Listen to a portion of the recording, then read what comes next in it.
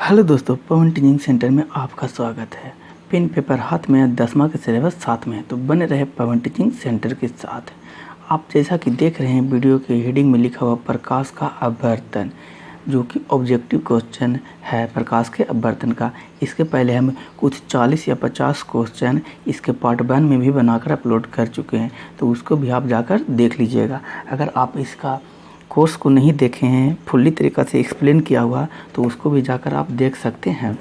तो आज हम लोग सीखेंगे प्रकाश के अपवर्तन के कुछ 40 ऑब्जेक्टिव क्वेश्चन, जो विद्यार्थी 2021 के एग्ज़ाम देने वाले हैं उसके लिए बहुत ही इम्पोर्टेंट है। तो बने रहें पवन टीचिंग सेंटर के साथ। अगर आपको यह वीडियो अच्छा लगता है तो लाइक और सब्सक्राइब करना ना भूलें। तो हम लोग पहला प्रश्न देखते हैं। प्रकाश की चाल 4 लाख किलोमीटर प्रति सेकेंड है। यदि चंद्रमा से पृथ्वी की दूरी 4 लाख किलोमीटर हो तो प्रकाश को चंद्रमा से पृथ्वी तक पहुंचने में लगा समय होगा लगभग में बोल रहा है। तो लगभग में लगा समय क्या होगा? तो हमें 4 ऑप्शन दिया हुआ, और हम जानते हैं कि हमने पूछा है क्या, समय बराबर होता है दूरी बटा चाल। जैसा कि आप जानते होंगे, समय बराबर होता है दूरी बटा 4। दूरी दिया हुआ है 4 लाख किलोमीटर और समय दिया हुआ है, चाल दिया हुआ है 3 लाख किलोमीटर। 3 जीरो कट गया, 2 जीरो कट गया, बचा कितना? 4/3। तो समय कितना लगेगा? 4/3 सेकेंड, जो ये आएगा लगभग किसी में सेकेंड में आएगा। तो इसका आंसर हो जाएगा 4/3, आंसर घ। तो प्रश्न संख्या फर्स्ट का आंसर कितना होगा? घ होगा, घ। प्रश्न संख्या 2 में देखते हैं। प्रकाश की चाल 3 लाख किलोमीटर प्रति सेकेंड है। यदि प्रकाश को समय सूर्य से पृथ्वी तक पहुंचने में 8.33 मिनट लगता है तो पृथ्वी से सूर्य की दूरी होगी। तो पृथ्वी से सूर्य के बीच की दूरी क्या होगी? और हम लोग जानते हैं दूरी बराबर होता है चाल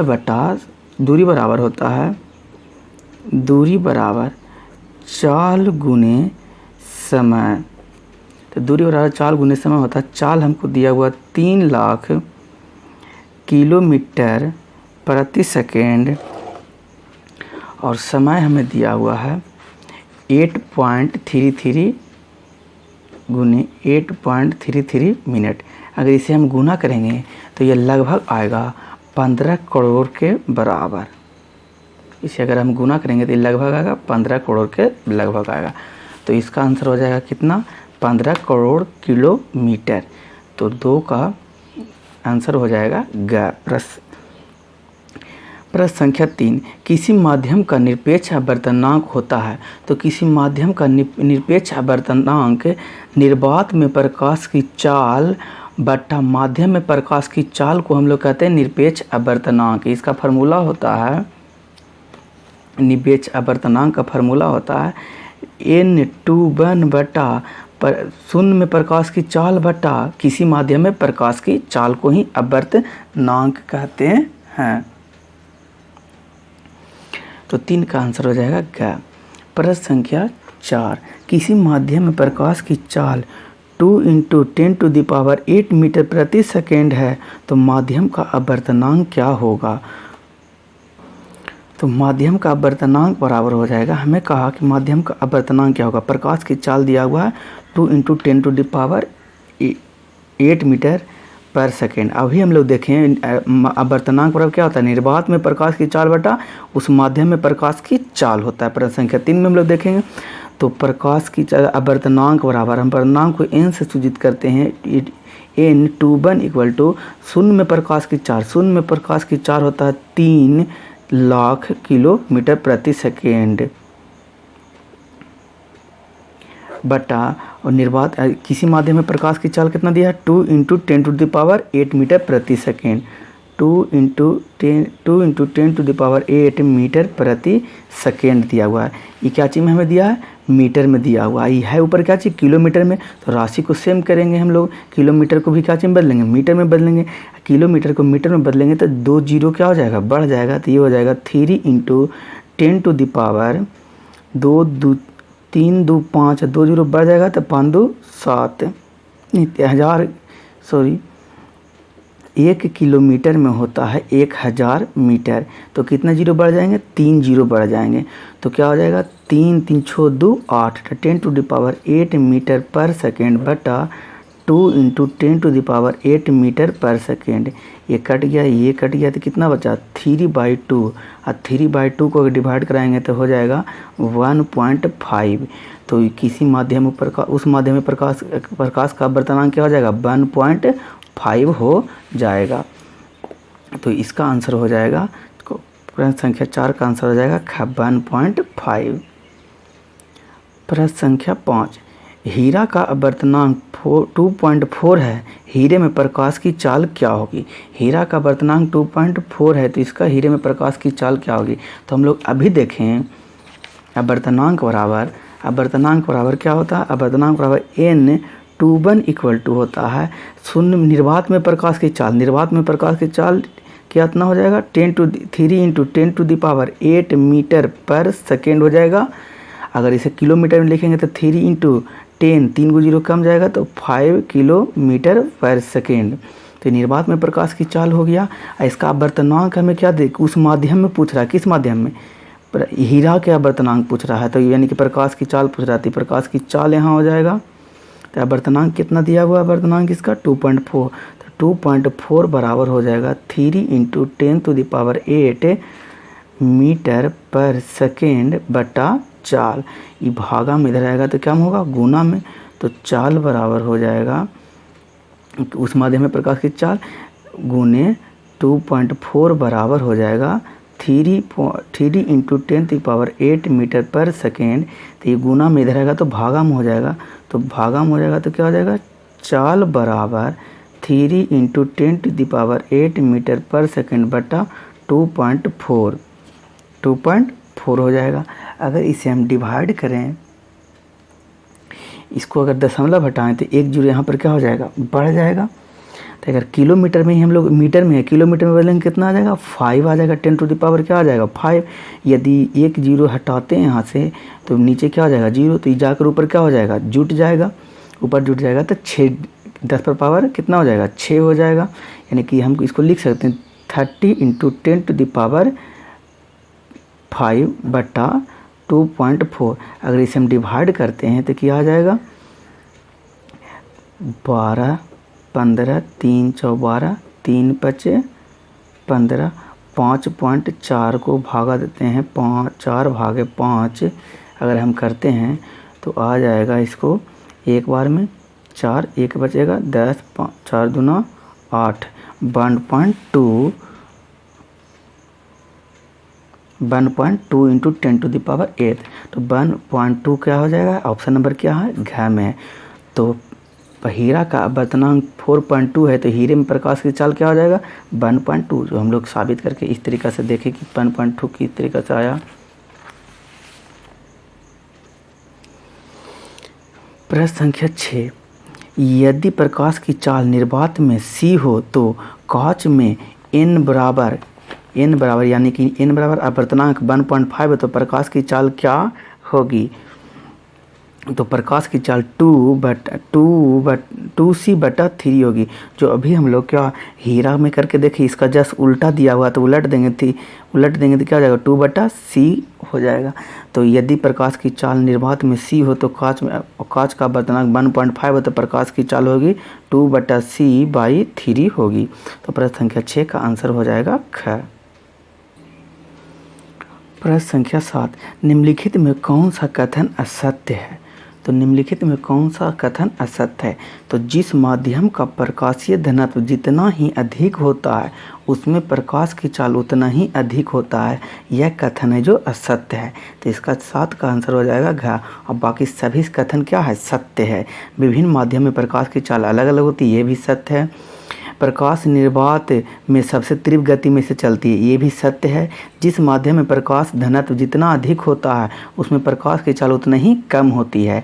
और प्रश्न संख्या ऑप्शन नंबर घ में है, जिस माध्यम में प्रकाश की घनत्व जितना ही अधिक होती है उसमें प्रकाश की चाल उतना ही अधिक होती है। क्या है? असत्य, गलत है। तो हमें क्या कहा, निम्नलिखित में कौन सा कथन असत्य, यानी कि गलत को चुनने के लिए। तो गलत कौन है? घ। तो 7 का आंसर हो जाएगा घ। प्रश्न संख्या 8, कह वायु का निरपेक्ष अपवर्तनांक वास्तव में होता है। तो वायु का निरपेक्ष अपवर्तनांक वास्तव में 1 से अधिक होता है। तो प्रश्न संख्या 8 का आंसर हो जाएगा ग, 1 से अधिक। प्रश्न संख्या 9 में कह रहा निम्नलिखित में किसका अपवर्तनांक सबसे अधिक होता है। तो जो दिया हुआ उसमें सबसे अधिक अपवर्तनांक किसका होता है। तो सबसे अधिक अपवर्तनांक हीरा का होता है। हीरा से सब का क्या होता है, सबका अपवर्तनांक कम होता है। तो प्रश्न संख्या 9 का आंसर हो जाएगा घ, हीरा का अपवर्तनांक सबसे अधिक होता है। निम्नलिखित में किसका अपवर्तनांक सबसे कम होता है। प्रश्न संख्या 10 में पूछ रहा है कि किसका अपवर्तनांक सबसे कम होता है। तो पानी का अपवर्तनांक सबसे कम होता है, हीरा का अपवर्तनांक ज़्यादा होता है। पानी की अपेक्षा तारपीन, केरोसिन और बेंजीन का भी अपवर्तनांक क्या होता है, ज़्यादा होता है। तो 10 का आंसर हो जाएगा क। प्रश्न संख्या 11, निम्नलिखित में कौन सा कथन सत्य है। पूछ रहा है कि निम्नलिखित में कौन सा कथन सत्य है। तो ऑप्शन नंबर फर्स्ट में देते हैं, पानी की अपेक्षा वायु प्रकाश सघन माध्यम है। ये गलत है। पानी की अपेक्षा वायु तो विरल माध्यम है। ऑप्शन ख, पानी की अपेक्षा कांच प्रकाश विरल माध्यम है। पानी की अपेक्षा तो कांच क्या हो, सघन माध्यम हो गया, ये भी गलत हो गया। कांच की अपेक्षा वायु प्रकाशता सघन माध्यम है। तो कांच की अपेक्षा वायु तो क्या है, विरल माध्यम है, सघन माध्यम तो है नहीं। तो ऑप्शन घ, कांच की अपेक्षा पानी प्रकाश का विरल माध्यम। तो हाँ, कांच की अपेक्षा पानी कौन माध्यम है, विरल माध्यम है। तो ऑप्शन क्वेश्चन नंबर 11 का आंसर हो जाएगा घ। प्रश्न संख्या 12, कांच n बराबर, अगर कांच n मतलब यानी कि अपवर्तनांक n बराबर 1.5 में प्रकाश की चाल 2 × 10⁸ मीटर प्रति सेकेंड है। एक द्रव में प्रकाश की चाल 2.5 × 10⁸ मीटर प्रति सेकंड, तो उस द्रव का अपवर्तनांक क्या होगा। तो उस द्रव का अपवर्तनांक जो होगा 1.20 होगा। तो ऑप्शन नंबर घ। तो 12 का भी ऑप्शन नंबर क्या होगा, घ होगा। आप इसे डिवाइड कर देख सकते हैं। प्रश्न संख्या 13, विरल माध्यम से सघन माध्यम में प्रवेश करने पर आपतन कोण तथा अपवर्तन कोण में क्या संबंध होता है। तो विरल माध्यम से सघन माध्यम में प्रवेश करने पर आपतन कोण जो होता है अपवर्तन कोण से बड़ा होता है। तो अपवर्तन कोण में क्या समझता है, आपतन कोण अपवर्तन कोण से बड़ा होता है। तो आपतन कोण अपवर्तन कोण से बड़ा होता है या छोटा होता है। तो इसमें क्या होगा, तो पहला दिया दोनों बराबर होता है, दूसरा दिया आपतन कोण छोटा होता है, तीसरा दिया अपवर्तन कोण छोटा होता है। तो आपतन कोण बड़ा होता है तो अपवर्तन कोण क्या होगा, छोटा होगा। तो 13 का आंसर हो जाएगा ग। प्रश्न संख्या 14, यदि प्रकाश की किरण विरल माध्यम से सघन माध्यम में जाती है तो स्नेल का नियम आपतन कोण के निम्नलिखित में किस मान के लिए लागू नहीं होता है। तो जब प्रकाश की किरण विरल माध्यम से सघन माध्यम में जाती है तो स्नेल के नियम से ला के अनुसार 0 के लिए यह लागू नहीं होता है। तो 14 का आंसर हो जाएगा क्या। प्रश्न संख्या 15, स्लिप्ड कांच की एक छड़ को कार्बन डाइसल्फाइड में डुबाया जाता है तो लगभग अदृश्य इनविजिबल हो जाता है। तो ऐसा होने का कारण क्या है। तो ऐसा होने का कारण फ्लिप्ड कांच में कार्बन डाइसल्फाइड का अपवर्तनांक का मान समान हो जाने के कारण वह इनविजिबल हो जाता है। जब भी अपवर्तनांक समान होगा तो वह वस्तु दिखाई नहीं देगा। तो इसका आंसर हो जाएगा ग, फ्लिप्ड कांच और कार्बन डाइसल्फाइड के अपवर्तनांक का मान समान हो जाता है। तो प्रश्न संख्या 15 का ऑप्शन होगा ग आंसर। प्रश्न संख्या 16, लोहे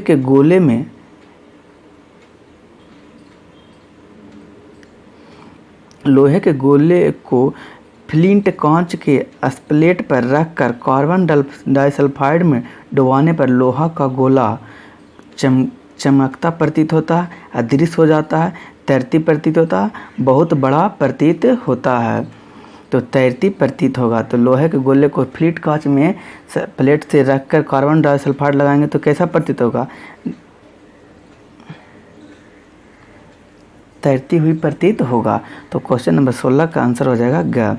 प्रश्न संख्या 17, एक पदार्थ पर प्रकाश की किरण 60 डिग्री के कोण पर आपतित होती है। यदि परावर्तित एवं अपवर्तित किरण परस्पर लंबवत हैं तो पदार्थ का अपवर्तनांक क्या होगा?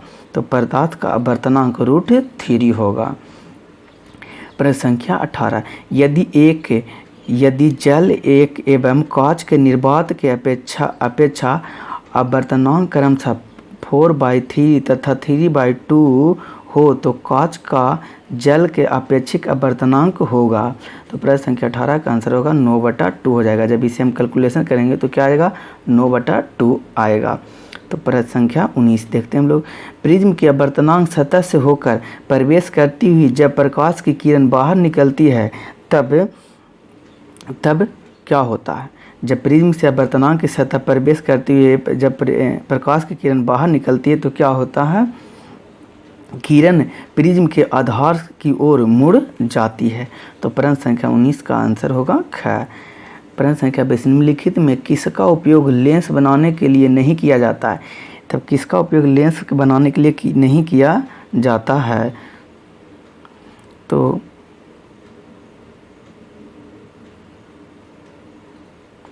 हवा, पानी, पारा, कांच। पारा का उपयोग लेंस बनाने के लिए नहीं जाता। हवा, पानी और कांच का उपयोग लेंस बनाने के लिए किया जाता है, पारा का उपयोग नहीं किया जाता। तो 20 का आंसर होगा ग। प्रश्न संख्या 21, लेंस का प्रकाश केंद्र है। तो लेंस का प्रकाश केंद्र किसे कहते हैं? तो लेंस का प्रकाश केंद्र लेंस के अंदर, बाहर या उसकी सतह पर हो सकती है। लेंस का प्रकाश केंद्र क्या हो सकती है? लेंस के अंदर, बाहर या उसकी सतह पर हो सकती है। तो प्रश्न संख्या 21 का आंसर होगा घ। प्रश्न संख्या 22, जब प्रकाश की किरण किसी मोटे लेंस के प्रकाश केंद्र से होकर गुजरती है तो वह क्या होता है?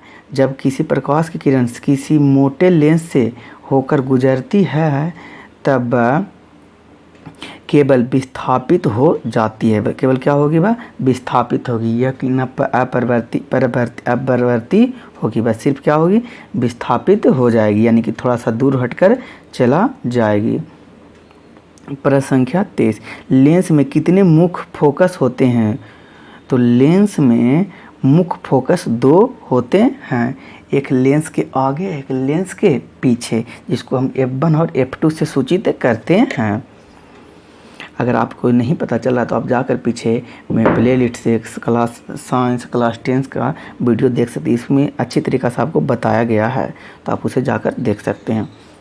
प्रश्न संख्या 24, अनंत से जब एक वस्तु को एक अभिसारी लेंस के फोकस बिंदु के पास लाया जाता है तो वस्तु का प्रतिबिंब क्या होता है? तो वस्तु का प्रतिबिंब जो होता है लेंस से दूर हो जाता है। तो वस्तु का प्रतिबिंब कहाँ बनेगा? लेंस से दूर जाता है। प्रश्न संख्या 25, एक अभिसारी लेंस बनता है। एक अभिसारी लेंस कभी आभासी तो कभी वास्तविक प्रतिबिंब बनाता है।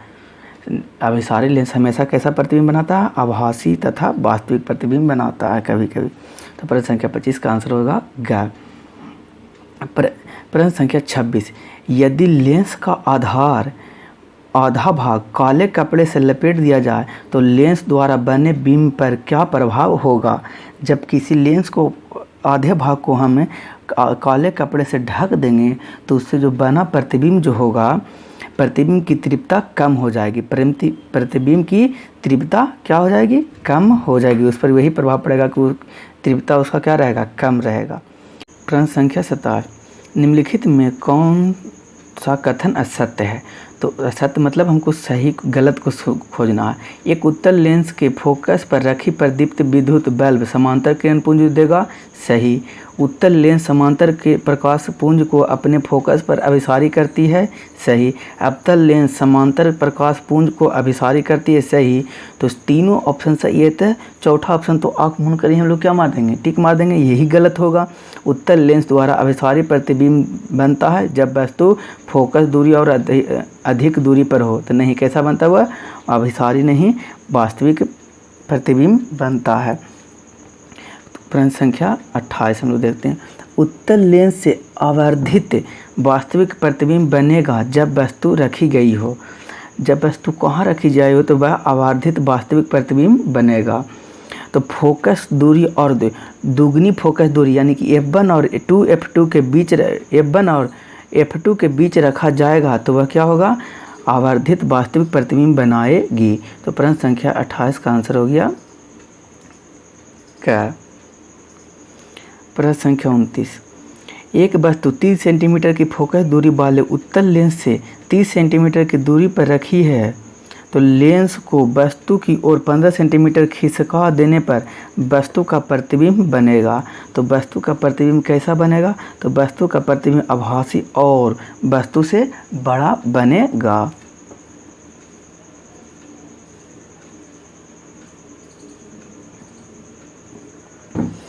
प्रश्न संख्या 30। एफ फोकस दूरी वाले लेंस में किसी वस्तु तथा उसके वास्तविक प्रतिबिंब के बीच न्यूनतम दूरी होती है। तो एफ फोकस दूरी वाले लेंस के किसी वस्तु तथा वास्तविक प्रतिबिंब के बीच की न्यूनतम दूरी जो होती है वह 4f होती है। प्रश्न संख्या 31। एफ फोकस दूरी के एक उत्तल लेंस के लिए वस्तु और उसके वास्तविक प्रतिबिंब के बीच की दूरी होती है। तो एफ फोकस दूरी के एक उत्तल लेंस के लिए वस्तु और उसके वास्तविक प्रतिबिंब की जो दूरी होती है वह 4f1 से कम नहीं हो सकती, उससे अधिक ही होगी। तो 31 का आंसर हो जाएगा ग।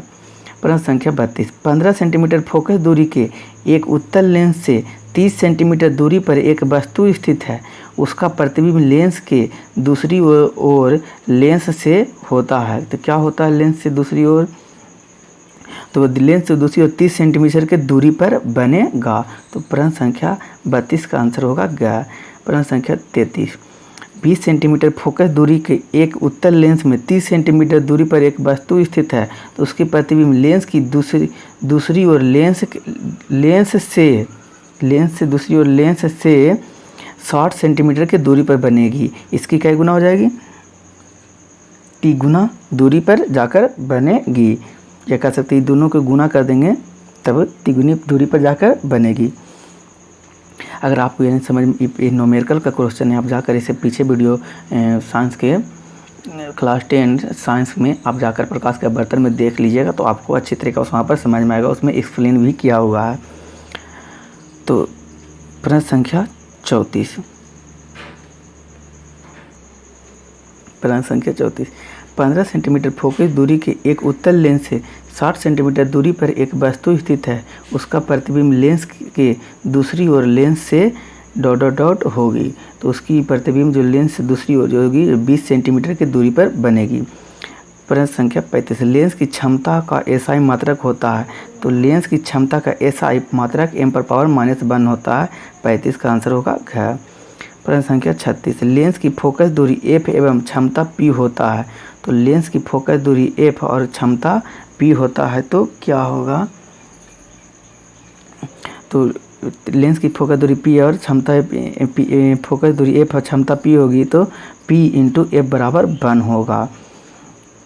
तब 36 का आंसर हो जाएगा ग। एक अवतल लेंस की फोकस दूरी 50 सेंटीमीटर है तो इसकी क्षमता होगी। तब एक अवतल लेंस की फोकस दूरी 50 सेंटीमीटर है तो इसकी क्षमता जो होगी -2 डायोप्टर होगी। जो इसके पार्ट 1 में भी आप प्रश्न संख्या 20 में ये क्वेश्चन सेम ही क्वेश्चन आया है। प्रश्न संख्या 38। किसी लेंस की क्षमता -4.0 डायोप्टर है तो यह है वो कौन सा लेंस है। हम लोग जानते हैं कि किसी भी लेंस की डायोप्टर माइनस में आएगा तो वो अवतल लेंस होता है और अवतल लेंस होता है। तो इसमें अवतल लेंस कितना, तो 25 सेंटीमीटर फोकस दूरी का कौन लेंस होगा, अवतल लेंस होगा। तो प्रश्न संख्या 38 का आंसर हो जाएगा घ। प्रश्न संख्या 49, निम्नलिखित में कौन सा कथन गलत है, यानी कि कौन सा गलत कथन को हम लोगों को क्या करना है, खोजना। उत्तर लेंस की फोकस दूरी धनात्मक होती है, सही। उत्तर लेंस की फोकस दूरी धनात्मक होती है, अवतल लेंस की फोकस दूरी ऋणात्मक होती है। तो अवतल लेंस की फोकस दूरी ऋणात्मक होती है, ये भी क्या है, सही है। लेंस की क्षमता का एसआई मात्रक डायोप्टर होता है, नहीं। लेंस की क्षमता का एसआई मात्रक होता है जो मीटर पर पावर माइनस होता है, जो ये है जो क्या है, प्रचलित मात्रक है। तो ये क्या गलत ही हो गया, तो 39 का आंसर हो जाएगा ग। प्रश्न संख्या 40, निम्नलिखित में से कौन सा कथन गलत है। तो निम्नलिखित में कौन सा कथन गलत है, तो हम लोग देखते हैं, किसी लेंस की क्षमता का पी और उसकी फोकस दूरी एफ के व्युत्क्रम से मापी जाती है, सही। 50 सेंटीमीटर फोकस दूरी वाला उत्तर लेंस की क्षमता प्लस 2 डायोप्टर होगी, सही। 5 डायोप्टर क्षमता वाले लेंस की फोकस दूरी 20 सेंटीमीटर की होगी, सही। तो क्या ख ग सही है, तो आंसर गलत कौन होगा, घ होगा। तो 40 का आंसर हो जाएगा घ। दोस्तों अगर आपको ये अच्छा लगा हो तो लाइक और शेयर करना ना भूलें और इस चैनल को सब्सक्राइब कर लें। यदि आपको किसी प्रकार के किसी प्रश्न में समस्या है तो आप नीचे कमेंट बॉक्स में कमेंट लिखकर हमें बता सकते हैं, जल्द ही हम उसका सॉल्यूशन करने की कोशिश करेंगे।